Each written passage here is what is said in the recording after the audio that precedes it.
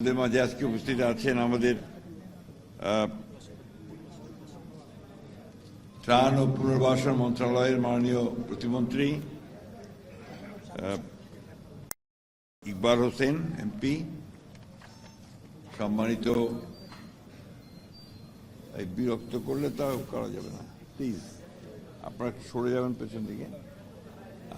আমাদের chairman, member, নেতৃবৃন্দ এবং আজকে উপস্থিত আমার সামনে সম্মানিত চেয়ারম্যান ও মেম্বার ভাই ও বোনেরা, আসসালামু আলাইকুম। আপনারা হচ্ছেন বাংলাদেশের যে রাষ্ট্র, সেই রাষ্ট্রের একেবারে মূল ভিত্তির জায়গায় প্রতিনিধি। আপনারা জনগণের প্রতিনিধিত্ব করেন এক তৃণমূল পর্যায়ে এবং বাংলাদেশের যে শাসন ব্যবস্থা, সেই ব্যবস্থার একেবারে গোড়ায় আপনারা। সেই জন্য আপনারা সবচেয়ে বেশি গুরুত্বপূর্ণ সরকারের কাছে, দেশের কাছে, মানুষের কাছে। একটা দেশ তখনই শক্তিশালী হয় যখন তার স্থানীয় সরকারটা শক্তিশালী হয়। আপনারা বাইরে যদি যান, বিদেশে, বিশেষ করে ইউরোপে, আমেরিকায়, ইংল্যান্ডে, সেখানে কিন্তু আপনার সবচেয়ে বেশি শক্তিশালী সংগঠন হচ্ছে আপনার লোকাল গভর্নমেন্ট, এবং তারাই সবকিছু নির্ধারণ করে।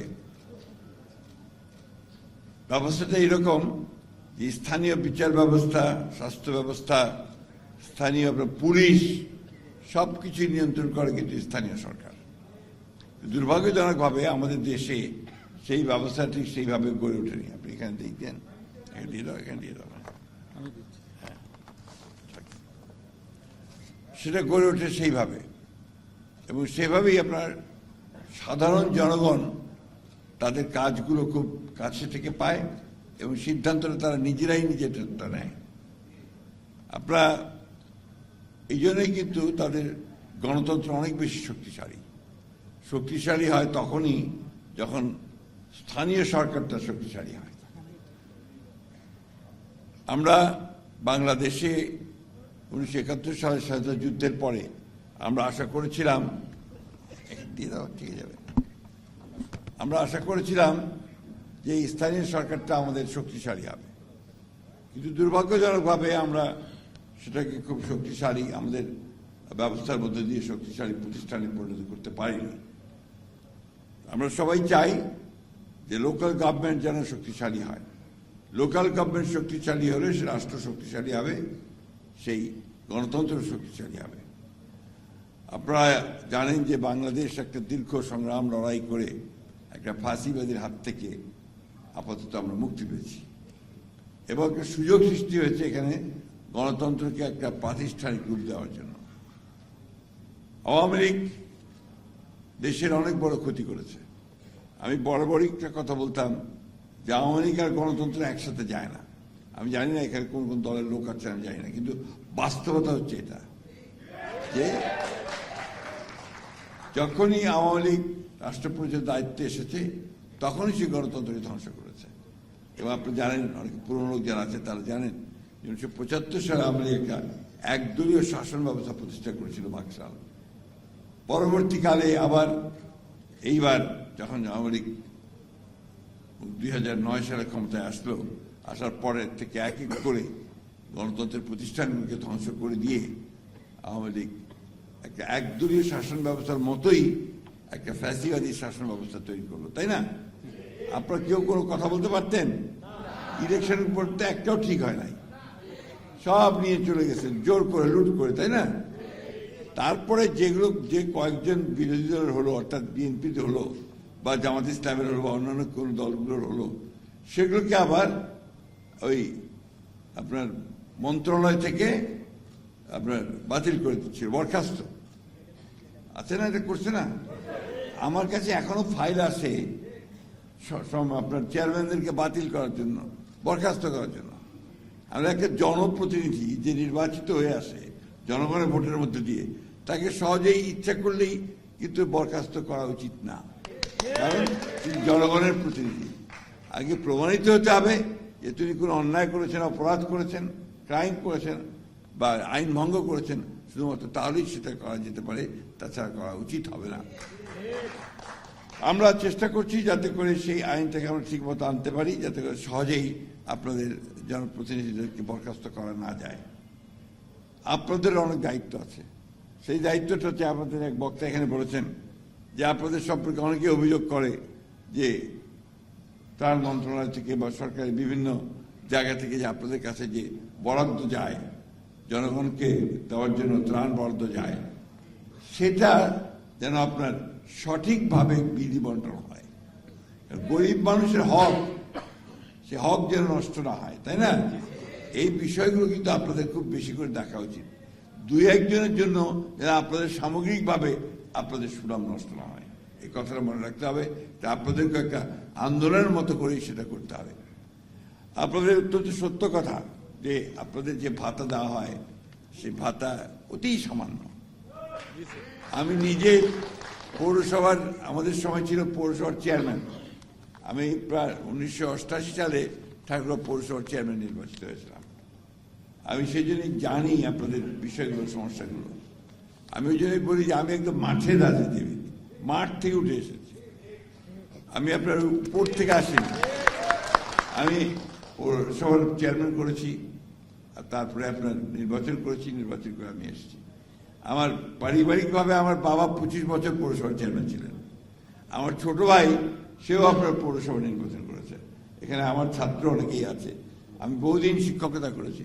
আমাদের এখানে যে আপনাদের আজকে সভাপতিত্ব করছে পয়গম সাহেব, আন্নু সাহেব, আর অনেকে এখানে আছে যারা চেয়ারম্যান নির্বাচন করেছে, এরা কিন্তু অনেকেই আমার ছাত্র। আমি কলেজে অনেকদিন অধ্যাপনা করেছি। সুতরাং আমার কিন্তু আপনাদের সঙ্গে, তৃণমূল মানুষের সঙ্গে তাদের সমস্যাগুলো আমি বুঝি বলেই আমি কিন্তু আমরা সেইভাবে কাজ করার চেষ্টা করি। যাই হোক, আমি আপনাদেরকে একটু বলছি যে আমি এই ভাতার ব্যাপারটা নিয়ে আমি অবশ্যই আমাদের মাননীয় প্রধানমন্ত্রীর সঙ্গে কথা বলবো, তারেক রহমানের সঙ্গে কথা বলবো, এবং এটা যেন একটু সম্মানজনক জায়গায় আনা যায় সেই চেষ্টাটা আমি অবশ্যই করব। আমাদের প্রধানমন্ত্রী তারেক রহমান সাহেব, তিনি কিন্তু আপনারা নিশ্চয়ই লক্ষ্য করেছেন যে বাংলাদেশে তিনি যখন প্রথম আসলেন, এই অনেকদিন নির্বাসিত থাকার পরে, প্রথমে তিনি একটা বলেছিলেন কথা কি, যে আমার একটা পরিকল্পনা আছে। সেই পরিকল্পনা আছে দেশটাকে গড়বার পরিকল্পনা, দেশটাকে নির্মাণ করবার পরিকল্পনা, তাই না? তো সেই কাজটা তো তিনি শুরু করেছেন। আগে দল গুছিয়েছেন, দল গুছিয়ে তারপরে তিনি নির্বাচনে গেছি আমরা। সে নির্বাচনে আমরা 2/3 বেশি ভোট পেয়ে পার্লামেন্টে গেছি, তাই না? দিয়ে আমরা সরকার গঠন করেছি এবং তিনি তার কাজগুলো শুরু করেছেন। যে কমিটমেন্টগুলো তিনি নির্বাচনের পূর্বে করেছিলেন, এই যে আপনার ফ্যামিলি কার্ড, কৃষক কার্ড, ইমাম, পুরোহিত, মেম্বার তাদের ভাতা, খাল খনন কর্মসূচি, এই বিষয়গুলো কিন্তু আপনার একদম তৃণমূল, এই বিষয়গুলো একদম তৃণমূল পর্যায়ে, তাই না? এই কাজগুলো কিন্তু শুরু করেছেন। আর প্রথমবার এসে প্রথম ক্যাবিনেট মিটিংয়ে তিনি 10,000 টাকা পর্যন্ত কৃষি ঋণ সুদ সহ মাফ করে দিয়েছেন, মনে আছে আপনাদের? তো এইগুলো কিন্তু সাধারণ মানুষের জন্য উপকারের কাজ। ফ্যামিলি কার্ড শুরু করেছেন পরীক্ষামূলকভাবে, এবং এই বছরেই তিনি 41 লক্ষ পরিবারকে ফ্যামিলি কার্ড দেবেন। বিভিন্ন আপনার দেশের সারা দেশে, আস্তে আস্তে সারা দেশে এটা চলে যাবে। এখানে আমাদের প্রস্তাব আছে, এখানে যেন জনপ্রতিনিধিদের সম্পৃক্ত করা হয় এই নির্ধারণ করার ক্ষেত্রে, অর্থাৎ চেয়ারম্যান মেম্বারকে যেন সম্পৃক্ত করা যায়, এটা করতে হবে। আমরা সেই কাজটাও করছি, এবং প্রতিটি উন্নয়নের ক্ষেত্রে আপনাদেরকে সম্পৃক্ত করা, জনপ্রতিনিধি সম্পৃক্ত করা, এটা খুব বেশি প্রয়োজন বলে আমি মনে করি। তা নাহলে শক্তিশালী হয় না। শুধু সরকারি কর্মচারী কর্মকর্তা দিয়ে ওই ইওনো সাহেব সব করবে, তাহলে আপনার স্থানীয় সরকার শক্তিশালী হবে না। এটা হচ্ছে বাস্তব কথা। অর্থাৎ স্থানীয় সরকার যার প্রতিনিধি, চেয়ারম্যান মেম্বার, তাদেরকে কিন্তু আপনার শক্তিশালী করতে হবে, যেটা আপনারা বলেছেন ক্ষমতায়ন করতে হবে। সেই ক্ষমতায়নটা হচ্ছে আপনাদেরকে শক্তিশালী করা, আপনাদের ক্ষমতা বৃদ্ধি করা। আমি বিশ্বাস করি যে বাংলাদেশের মানুষ সবসময় আপনার সঠিক পথটাকে বেছে নেয়, এবং আপনারা যারা তৃণমূল পর্যায়ে রাজনীতি করেন, তৃণমূল পর্যায়ে মানুষকে সংগঠিত করেন, মানুষের কাছে দাঁড়ান, মানুষের সুখে দুঃখে কষ্টে কাছে দাঁড়ান। আপনার দেশটাকে সবচেয়ে ভালো চেনেন, মানুষগুলোকে সবচেয়ে ভালো জানেন, তাই না? তো আমাদের একদিকে যেমন আপনার আমাদের মহিলাদেরকে ক্ষমতায়ন করতে হবে, অন্যদিকে শিক্ষা ব্যবস্থাটাকে আমাদেরকে এগিয়ে নিতে হবে। এই শিক্ষা ব্যবস্থাটাকে আগাতে না পারলে আমরা সামনে এগোতে পারবো না। আমাদের স্বাস্থ্য ব্যবস্থাকেও কিন্তু এই স্থানীয় সরকারের কাছে আনা দরকার, যাতে করে তারা তাদের ভূমিকা রাখতে পারেন, মানুষের স্বাস্থ্যের সেবার জন্য উন্নতি হয়, সেই ব্যবস্থা আমাদেরকে দেখতে হবে। আমাদের সমস্যা অনেক, একটা প্রায় 20 কোটি দেশের মানুষ, আমাদের সম্পদ অনেক সীমিত, এর মধ্যে যে সমস্ত কাজ রাতারাতি হয়ে যাবে সে কথাটাও মনে করার কোনো কারণ নেই।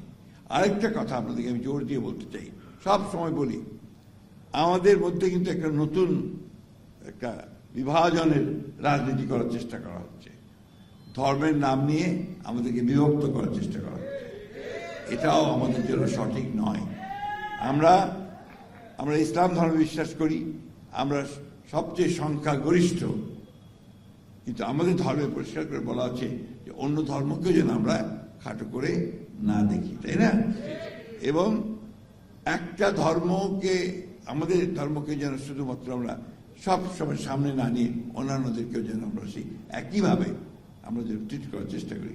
ধর্ম যার যার, রাষ্ট্র হচ্ছে সবার, ঠিক তো নাকি?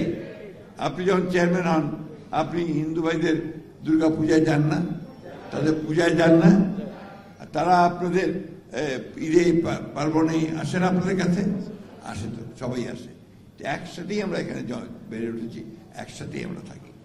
আমরা সামনে আপনাদের কিন্তু নির্বাচন আসছে, আমি আপনাদের বলছি, আমরা এই বছরে না হোক সামনের বছর প্রথম দিকে কিন্তু আপনাদের ইউনিয়ন পরিষদের নির্বাচন হবে, এবং এই পরে নির্বাচন হবে একেবারে নিরপেক্ষ। এখানে কোনো বিএনপি বলে বা জামাত ইসলাম বলে কোনো সুবিধা কেউ পাবে না, অর্থাৎ নিরপেক্ষ নির্বাচন হবে। আপনাদেরকে জনগণের ভালোবাসা নিয়েই আপনাদেরকে কিন্তু নির্বাচিত হতে হবে। চেয়ারম্যান বলেন, মেম্বার বলেন, তারা জনগণের ভালোবাসা নিয়ে নির্বাচিত হবেন। যারা মহিলা এমপি সদস্য হন, তাদেরকে সেইভাবে নির্বাচিত হতে হবে। অর্থাৎ সত্যিকার অর্থেই গণতন্ত্রের মূল ভিত্তি যেটা, যে একটা অবাধ, সুষ্ঠু, নিরপেক্ষ নির্বাচন হবে, সেই নির্বাচনে আপনারা নির্বাচিত হয়ে আসবেন। এই নির্বাচনটা হয়ে গেলে আমার একটা প্রস্তাব আছে, আপনারা সবাই যখন নির্বাচিত হবে যাবেন, তখন আপনারা একটা জাতীয় সংগঠন তৈরি করবেন, আপনাদের মেম্বার চেম্বারদের, অর্থাৎ আপনার স্থানীয় সরকারের একটা জাতীয় সংগঠন। সেই সংগঠনে কনভেনশন করবেন, সেই কনভেনশনে আপনার প্রধানমন্ত্রীকে দাওয়াত করে নিয়ে আসবেন, সেখানে প্রধানমন্ত্রী অবশ্যই আসবেন আমাদের ঘরে। আপনারা সঠিকভাবে যদি পথ চলেন, সংগঠনটাকে তৈরি করেন, সবাইকে নিয়ে যদি কাজ করেন, তাহলে দেখবেন যে আপনারা ভালো করতে পারবেন। আমি আপনার সঙ্গে আলাপ হয়েছে, আমি ওদেরকে পরামর্শ দিয়েছি যে প্রত্যেকটা বিভাগের প্রতিনিধিত্ব নিয়ে আপনাদের যে একটা অ্যাডহক কমিটি করবেন, সেই অ্যাডহক কমিটিটা যেন আপনারা তৈরি করেন, আমি বলবো না, এটা আপনারা তৈরি করবেন, তাহলে আপনাদের শক্তিশালী হবে সংগঠন। কাউকে বাদ দিয়ে নয়, যারা শক্তিশালী, তাদের জাতীয়তাবাদে বিশ্বাস করে, বাংলাদেশের স্বাধীনতা সংহতে বিশ্বাস করে, তাদেরকে নিয়েই আপনারা এই সংগঠন তৈরি করবেন। আপনারা আমাকে আজকে এখানে কথা বলার সুযোগ দিয়েছেন, সেজন্য আমি আপনাদেরকে আন্তরিক ধন্যবাদ এবং কৃতজ্ঞতা জানাচ্ছি। ইনশাআল্লাহ আমরা আপনাদের ট্রাস্টের কথা বলেছেন, ফান্ডের কথা বলেছেন, আমরা চেষ্টা করব যাতে করে আপনাদের এগুলো সঠিকভাবে আপনারা ব্যবহার করতে পারেন, সে ব্যবস্থাটা আমরা অবশ্যই করব। আমরা লোকাল গভর্নমেন্টের থেকে আপনাদের এইটুকু নিশ্চয়তা দিচ্ছি যে আমরা সঠিক পথে, ন্যায়ের পথে এবং আপনাদের উন্নয়নের জন্য আমরা কাজ করে যাব। আপনাদের সকলকে অনেক ধন্যবাদ।